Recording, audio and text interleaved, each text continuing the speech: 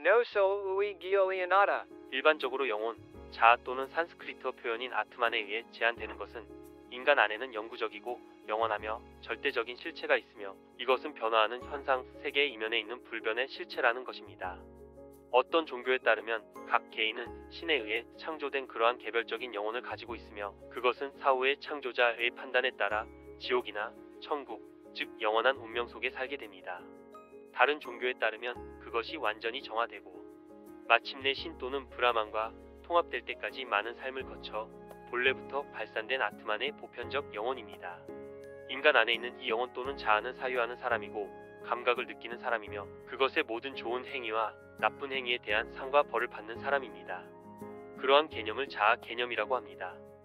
불교는 인간 사상사에서 유일무이한 존재이며 그러한 영혼, 자아, 아트만의 존재를 부정합니다.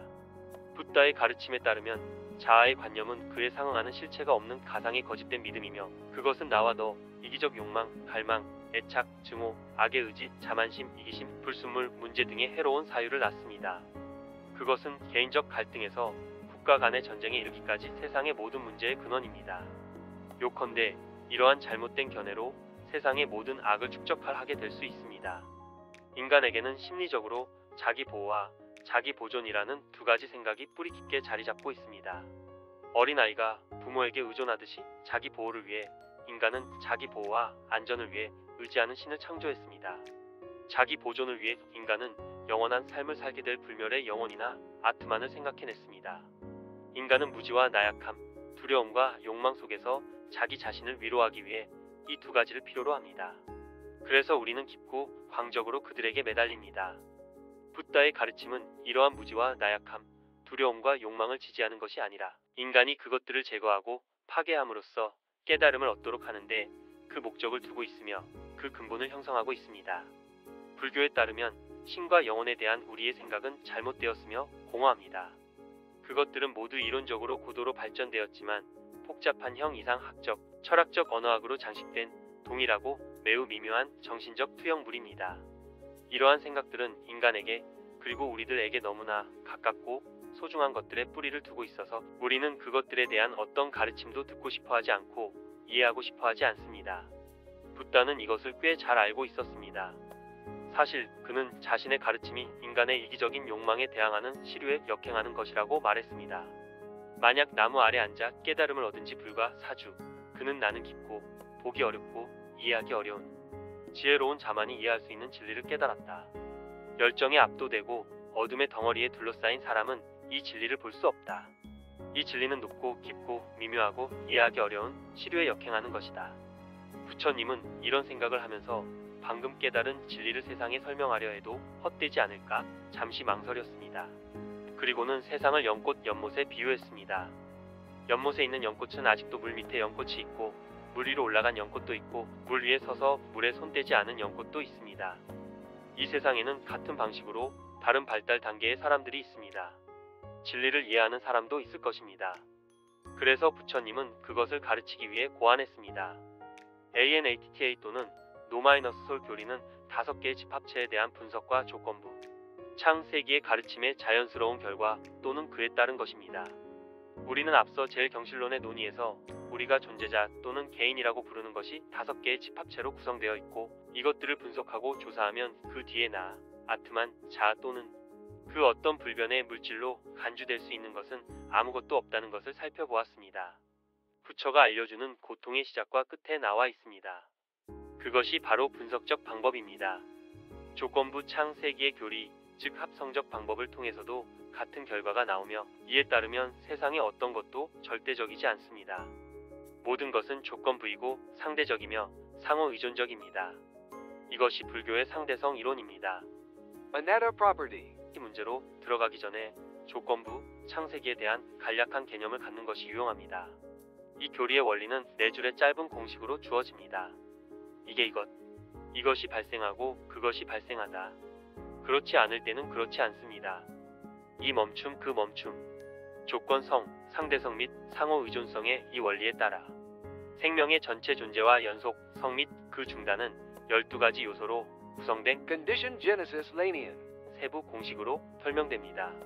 1. 무지를 통해 조건부 자발적 행동이나 업보 형성이 가능합니다. 이 의지적 행동을 통해 조건화된 의식을 갖게 됩니다. 3. 의식을 통해 조건화된 정신현상과 신체현상이 발생합니다.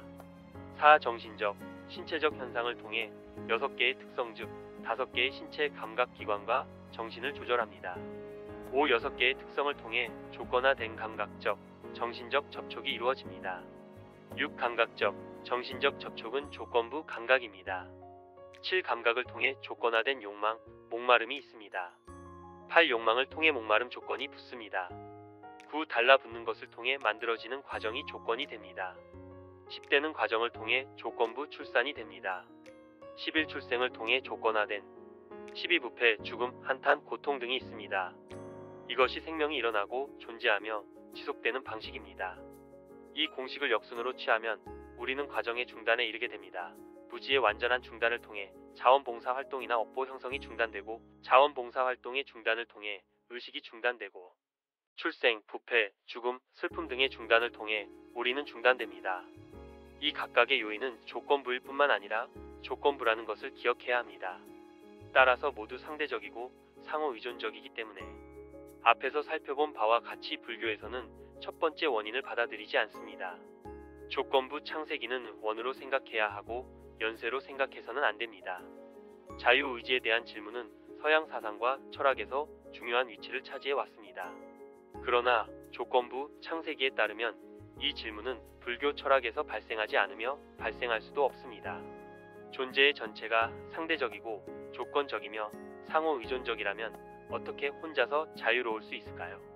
다른 사상과 마찬가지로 제사 집합체에 포함된 것이 조건부일까요? 이른바 이 세계에서 자유 그 자체가 절대적으로 자유로운 것은 아닙니다. 그건 역시 조건부이고 상대적입니다. 물론 그러한 조건부이고 상대적인 자유의지는 있지만 무조건적이고 절대적인 것은 아닙니다. 모든 것이 조건부이고 상대적이기 때문에 이 세계에서 육체적이든 정신적이든 절대적인 것은 있을 수 없습니다. 자유의지가 조건과 무관한 원인과 결과와 무관한 의지를 내포한다면 그러한 것은 존재하지 않습니다. 생명의 전체, 존재의 전체가 조건부이고 상대적일 때 어떻게 의지 혹은 그 문제에 대한 그 무엇이든 원인과 결과로부터 벗어나서 발생할 수 있을까요?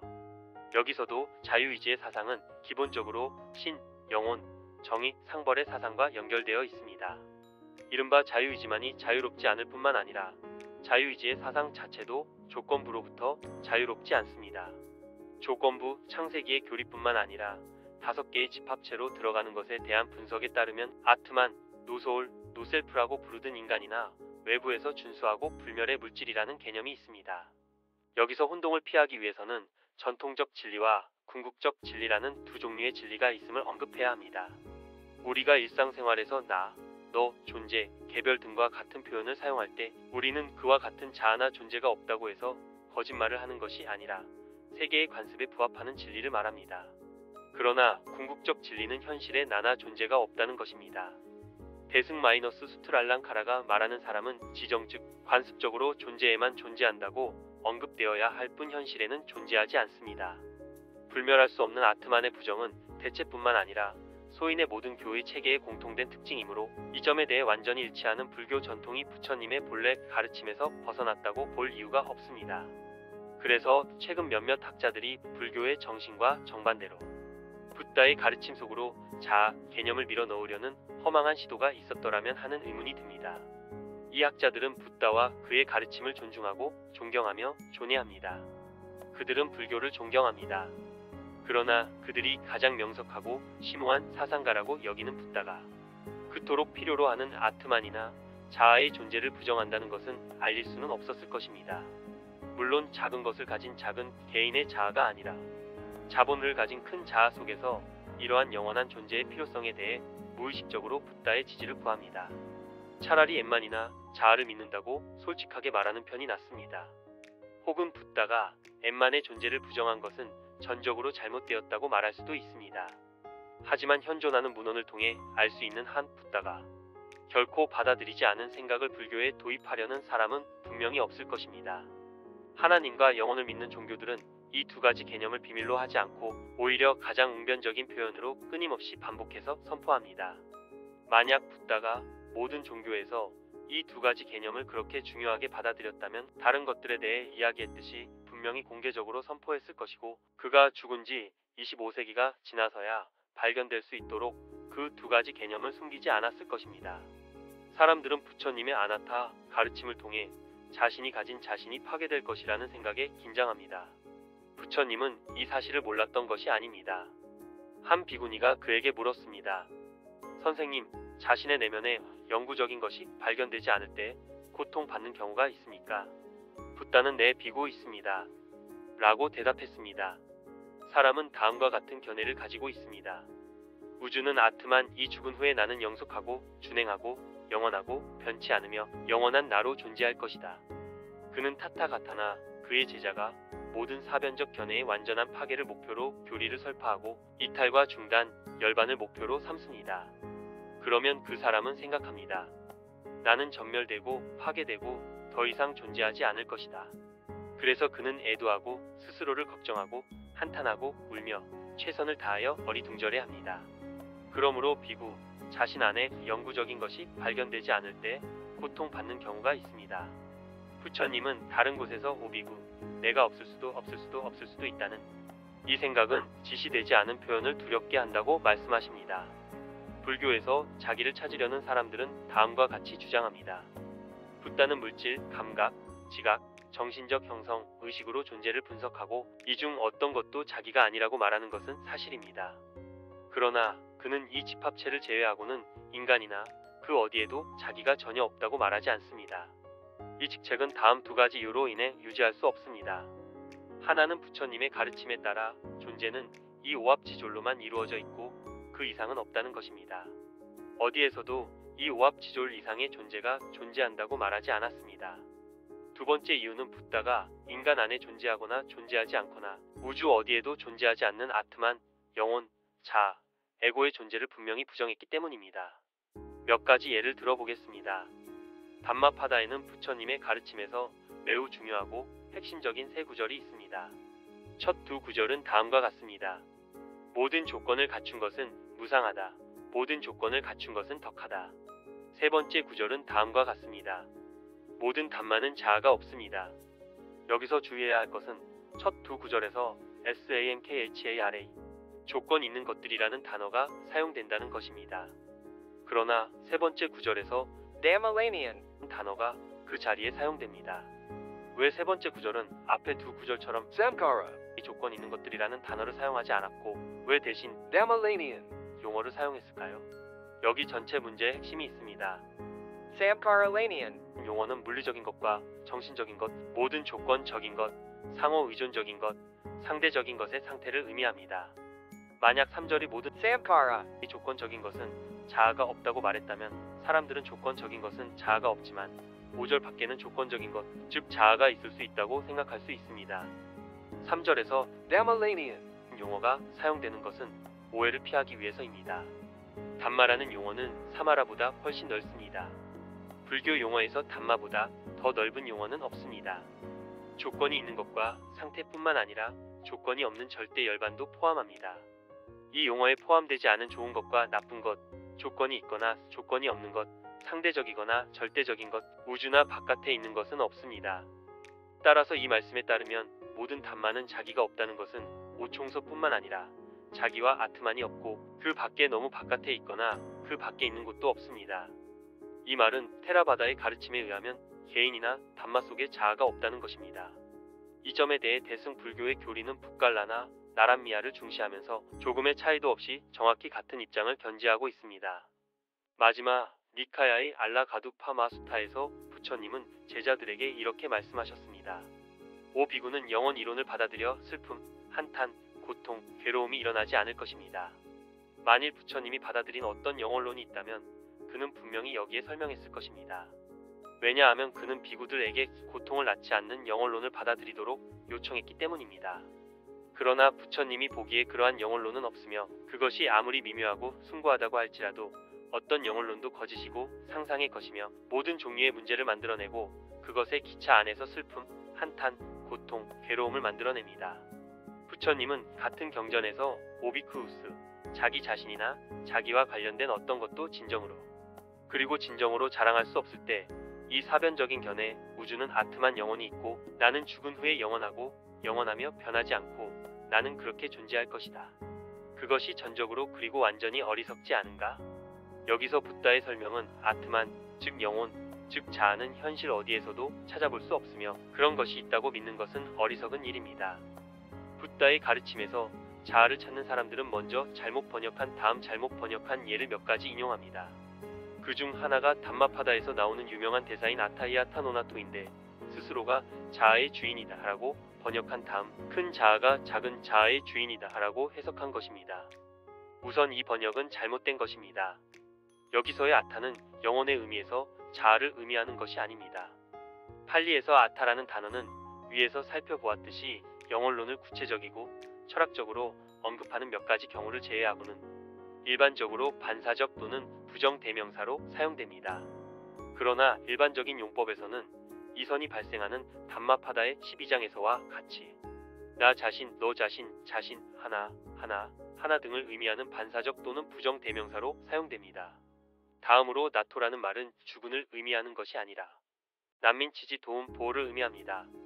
따라서 아따이 아따나토는 정말로 하나는 자신의 피난처 또는 하나는 자신의 도움 또는 지지를 의미합니다.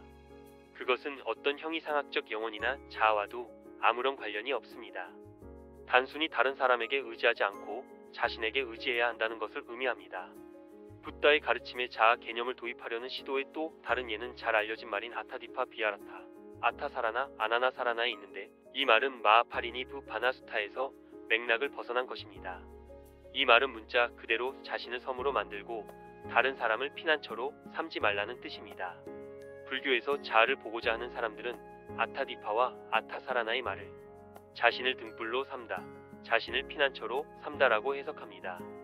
이런 말들이 나온 배경과 맥락을 고려하지 않는 한 아난다에 대한 부처님의 조언의 전체적인 의미를 이해할 수 없습니다. 그 당시에 부처님은 벨루바라고 불리는 마을에 머물고 계셨습니다. 그때는 파리니르바나가 죽기 불과 석 달 전이었습니다. 이때 그는 80살이었고 매우 심각한 병을 앓고 있어서 거의 죽을 뻔했습니다. 그러나 그는 가까이에 있고 소중한 제자들에게 병을 깨지 않고 죽는 것은 옳지 않다고 했습니다. 그래서 그는 용기와 결단으로 모든 고통을 견디고 병을 낫게 하고 회복했습니다. 그러나 그의 건강은 여전히 좋지 않았습니다. 회복된 후에 그는 어느 날 자신의 거처 밖 그늘에 앉아 있었습니다. 부처님의 가장 헌신적인 수행자인 아난다는 그의 사랑하는 스승을 찾아가서 그의 곁에 앉아 이렇게 말했습니다. 선생님, 저는 복받은 자의 건강을 돌보았습니다. 그러나 복받은 자의 병을 보고 지평선은 저에게 희미해졌고 저의 능력은 더 이상 명확하지 않았습니다. 그러나 한 가지 작은 위로가 있었습니다. 저는 그가 승가수도회에 연락하는 지시를 남기기 전에는 복받은 자가 죽지 않을 것이라고 생각했습니다. 그러자 연민과 인간적인 감정으로 가득 찬 부처님은 그의 헌신적이고 사랑하는 수행자에게 부드럽게 말씀하셨습니다. 아난다, 출가수도회는 나에게 무엇을 기대하는 것일까? 나는 담마에게 이국적이고 난해한 것을 구별하지 않게 가르쳐왔습니다. 진실에 관한 한 타다가타는 스승의 다친 주먹과 같은 것은 없습니다. 물론 아난다, 만약 그가 출가를 이끌 것이고 출가가 그에게 의존해야 한다고 생각하는 사람이 있다면 그가 지시를 내려놓도록 하세요. 하지만 타다가타는 그런 생각을 전혀 하지 못하고 있습니다. 그렇다면 그는 왜 출가에 관한 지시를 남겨야 할까요? 나는 이제 80살이 된 아난다입니다. 낡아빠진 수레는 수리를 통해 유지되어야 하기 때문에 내가 보기에 타다가타의 몸은 수리를 통해 유지될 수 있을 뿐입니다. 그러므로 아난다, 당신 자신을 당신의 섬으로 만들고 다른 사람이 아닌 자신을 당신의 피난처로 만들고 담마를 당신의 섬으로 만들고 담마를 당신의 피난처로 만들고 다른 어떤 것도 당신의 피난처로 삼아야 합니다. 붓다가 아난다에게 전하고 싶었던 것은 꽤 분명합니다. 후자는 슬프고 우울했습니다. 그는 그들 모두가 위대한 스승이 돌아가신 후에 지도자 없이 외롭고 무력하고 피난처가 없이 외로울 것이라고 생각했습니다. 그래서 붓다는 그에게 위로와 용기와 자신감을 주었고 그들은 다른 누구에게도 의지할 것이 아니라 자신이 가르친 담마에 의지해야 한다고 말했습니다. 여기서 형 이상 학적 아트만, 즉 자아에 대한 문제는 상당히 논점을 흐립니다. 또한 붓다는 아난다에게 어떻게 자신의 섬이나 피난처가 될 수 있는지 어떻게 하면 단말을 자신의 섬이나 피난처로 만들 수 있는지, 즉 마음챙김, 감각, 사티파타나를 통해 설명했습니다. 여기에는 아트만이나 자아에 대한 이야기가 전혀 없습니다.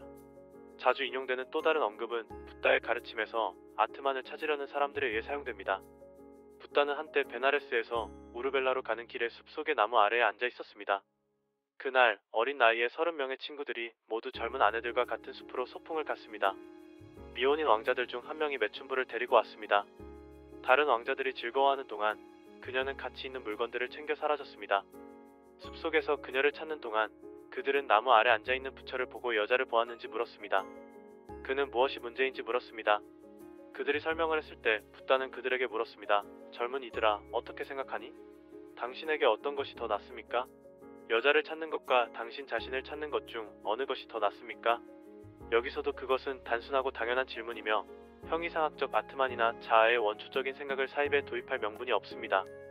그들은 자신들이 스스로 탐색하는 것이 좋다고 대답했습니다. 그러자 부처님은 자리에 앉으라고 하시고 그들에게 단말을 설명해 주셨습니다. 이용 가능한 설명에서 그가 그들에게 설파한 내용의 원문에는 아트만에 대한 언급이 단 한마디도 언급되어 있지 않습니다. 바차고타라는 특정 파리브라자카가 그에게 아트만이 있는지 아닌지를 물었을 때 부처님의 침묵을 주제로 많은 것이 쓰여졌습니다. 이야기는 다음과 같습니다. 바차고타가 부처님께 와서 묻습니다. 고타마 성자님, 아트만이 있습니까? 부처님은 침묵하십니다. 그럼 고타마 성자님, 아트만은 없나요? 또다시 부처님은 침묵하십니다. 바차고타가 일어나서 가버립니다. 바차고타가 떠난 후 아난다는 왜 바차고타의 질문에 대답하지 않았느냐고 부처님께 묻습니다. 부처님은 자신의 입장을 설명합니다. 아난다, 방랑자 바차고타의 질문에 자기가 있는가? 라고 대답했다면, 자기가 있다라고 대답했다면 아난다는 영원주의 이론을 주장하는 은둔자와 브라만의 편에 섰을 것입니다. 그리고 아난다, 방랑자의 질문에 자기가 없나요? 라고 대답했다면 그것은 전멸론을 주장하는 은둔자와 브라만의 편을 드는 것일 것입니다. 다시 아난다, 바차고타의 질문에 자아가 있는가? 라고 대답했다면, 자아가 있다라고 대답했다면 그것은 모든 디엠마들이 자신이 없다는 내 지식에 따른 것일까요? 물론 아닙니다, 선생님. 그리고 다시 아난다는 방랑자의 질문에 자신이 없나요? 라고 대답했다면 이미 혼란에 빠진 바차고타에게 더 큰 혼란이 되었을 것입니다. 왜냐하면 그는 생각했을 것입니다. 이전에는 정말로 나는 아트만 자신을 가지고 있었지만 지금은 가지고 있지 않습니다. 이제 붓다가 침묵한 이유가 무엇인지 아주 분명하게 밝혀져야 할 것입니다. 그러나 이 문제를 논의한 사람들은 그 배경과 붓다가 질문과 질문을 하는 방식을 모두 고려해보면 분명해질 것입니다. 붓다는 어떤 질문이 오더라도 전혀 고려하지 않고 답을 해주는 컴퓨터가 아니었습니다. 그는 연민과 지혜로 가득 찬 실용적인 스승이었습니다. 그는 지식과 지성을 보여주기 위해 질문에 대답하지 않고 질문자가 깨달음을 얻을 수 있도록 도와주었습니다. 그는 항상 사람들의 발달 수준, 성향, 정신 구성, 성격, 특정 질문을 이해하는 능력을 염두에 두고 이야기했습니다. 붓다는 질문을 다루는 방법으로 1. 직접적으로 답해야 하는 것도 있고 2. 분석하는 방법으로 답해야 하는 것도 있고 3. 반대 질문으로 답해야 하는 것도 있고 4. 마지막으로 제쳐두어야 할 질문도 있다고 합니다. 질문을 제쳐두는 방법에는 여러 가지가 있을 수 있습니다. 하나는 부처님께서 바로 이와 같은 바차고타에게 여러 번 말씀하셨듯이 우주가 영원한지 아닌지 등의 그 유명한 질문들이 자신에게 주어졌을 때 특정한 질문에 대답하거나 설명하지 않는다고 말하는 것입니다. 그는 말룽야프타 등에게 같은 방법으로 대답했습니다. 그러나 아트만이 있는지 아닌지에 대한 질문에 대해서는 항상 그것에 대해 논의하고 설명했기 때문에 같은 말을 할 수 없었습니다. 그는 모든 답만은 자아가 없다는 그의 지식에 반하는 것이기 때문에 자아가 있다고 말할 수 없었습니다. 그러면 그는 자아가 없다고 말하고 싶지 않았는데 그것은 앞서 자신이 인정했듯이 이미 비슷한 질문에 대해 아무런 목적 없이 혼란스러워하는 불쌍한 바차고타를 불필요하게 혼란스럽게 하고 방해했기 때문입니다. 그는 아직 아나타의 개념을 이해할 수 있는 위치에 있지 않았습니다. 따라서 이 경우에는 침묵으로 이 질문을 제쳐두는 것이 가장 현명한 일이었습니다. 우리는 붓다가 바차고타를 오랫동안 꽤 잘 알고 있었다는 것을 잊어서는 안 됩니다. 이 탐구하는 방랑자가 그를 찾아온 것은 이번이 처음이 아니었습니다. 지혜롭고 인정이 많은 스승은 이 혼란스러운 탐구자에게 많은 생각을 하고 큰 배려를 보여주었습니다. 팔리어 문헌에는 이 방랑자에 대한 많은 언급이 있는데 그는 붓다와 제자들을 꽤 자주 만나고 같은 종류의 질문을 반복하고 분명히 매우 걱정스러웠고 이러한 문제들에 거의 집착했습니다. 붓다의 침묵은 어떤 웅변적인 대답이나 토론보다 훨씬 더 많은 영향을 미친 것으로 보입니다. 어떤 사람들은 자기를 일반적으로 마음 또는 의식이라고 알려진 것을 의미하는 것으로 받아들입니다. 그러나 부처님은 마음이나 생각, 의식이 몸보다 더 빨리 밤낮으로 끊임없이 변화하기 때문에 사람은 마음이나 생각, 의식보다는 자신의 몸을 자신으로 받아들이는 것이 좋다고 말씀하십니다. 그에 상응하는 실체가 없는 자아의 관념을 만들어내는 것이 막연한 나는이며 이 진리를 보는 것은 열반을 실현하는 것인데 이는 그리 쉽지 않은 일입니다. 사뮤타니카야에서는 이 점에 대해 켈르마카라는 비구와 비구 무리 사이에 계몽적인 대화가 오갑니다. 이 비구들은 케마카에게 5개의 어그리게이트에서 자신과 관련된 어떤 속물을 보았는지 물어봅니다. 케마카는 아니다라고 대답합니다. 그러면 비구들은 만약 그렇다면 그는 모든 불순물로부터 자유로운 아라한트가 되어야 한다고 말합니다. 그러나 케마카는 5개의 어그리게이트에서 자신이 발견하지 못한 속물, 즉 자아와 관련된 어떤 것도 나는 모든 불순물로부터 자유로운 아라한트가 아니다라고 고백합니다. 오 친구들아, 5개의 어그리게이트 애착과 관련하여 나는 나라는 감정을 가지고 있지만 이것이 나라는 것을 명확하게 보지는 않습니다. 그러면 케마카는 그가 나는 나라고 부르는 것은 문제도, 감각도, 지각도, 정신적 형성도, 의식도 아니며 그것들이 없는 그 어떤 것도 아니라고 설명합니다. 그러나 그는 5개의 어그리게이트와 관련하여 나는 나라는 감정을 가지고 있는데 그는 이것이 나라는 것을 명확하게 볼 수 없다고 생각했습니다. 그는 그것이 마치 꽃의 냄새 같다고 말합니다. 그것은 꽃잎의 냄새도, 색깔의 냄새도, 꽃가루의 냄새도 아니고 꽃의 냄새도 아닙니다. 또한 케마카는 깨달음의 초기 단계에 도달한 사람도 이 나는이라는 감정을 여전히 간직하고 있다고 설명합니다. 그러나 나중에 그가 더 나아가면 갓 세탁한 옷감의 화학적 냄새가 사라지듯 시간이 지남에 따라 이 나는이라는 감정은 완전히 사라집니다. 이 토론은 그들에게 매우 유용하고 계몽적이어서 본문은 그 마지막에 케마카 자신을 포함한 모든 사람들이 모든 불순물로부터 자유로운 아라한트가 됨으로써 마침내 나는을 제거했다고 말합니다. 붓다의 가르침에 따르면 나는 자아가 없다는 의견을 나는 존재한다는 의견 영언론으로 보는 것만큼이나 잘못된 것인데 둘 다 나는 존재한다는 잘못된 생각에서 비롯되는 족쇄이기 때문입니다. 어떤 의견이나 견해를 낡은 것으로 보는 것이 아니라 정신적 투영 없이 사물을 있는 그대로 객관적으로 보는 것, 우리가 말하는 나, 즉 존재는 원인과 결과의 법칙 안에서 순간적인 변화의 흐름 속에서 상호 의존적으로 작용하고 있으며 존재의 전체 속에서 영원하고 영원한 것은 없으며 영원하고 변치 않는 것도 없다는 것이 나의 문제에 대한 올바른 입장입니다. 여기서 자연스럽게 질문이 나옵니다. 아트만이나 자아가 없다면 업의 결과는 누가 얻을까요? 이 질문에 대해 붓다 자신보다 더 잘 대답할 수 있는 사람은 아무도 없습니다. 이 질문이 비구에 의해 제기되었을 때 붓다는 말했습니다. 나는 당신에게 모든 것의 조건성을 보라고 가르쳤습니다. 오비구스. 붓다의 아나타에 대한 가르침, 즉 영혼이 없음, 즉 무아를 부정적이거나 소멸적인 것으로 간주해서는 안됩니다. 열반과 마찬가지로 진리 실제이며 실체는 부정적일 수 없습니다. 부정적인 것은 존재하지 않는 상상의 자아에 대한 그릇된 믿음입니다. 아나타에 대한 가르침은 그릇된 믿음의 어둠을 물리치고 지혜의 빛을 만들어냅니다. 부정적인 것이 아닙니다. 아상가는 무아일체의 사실이 있다고 아주 적절하게 말합니다.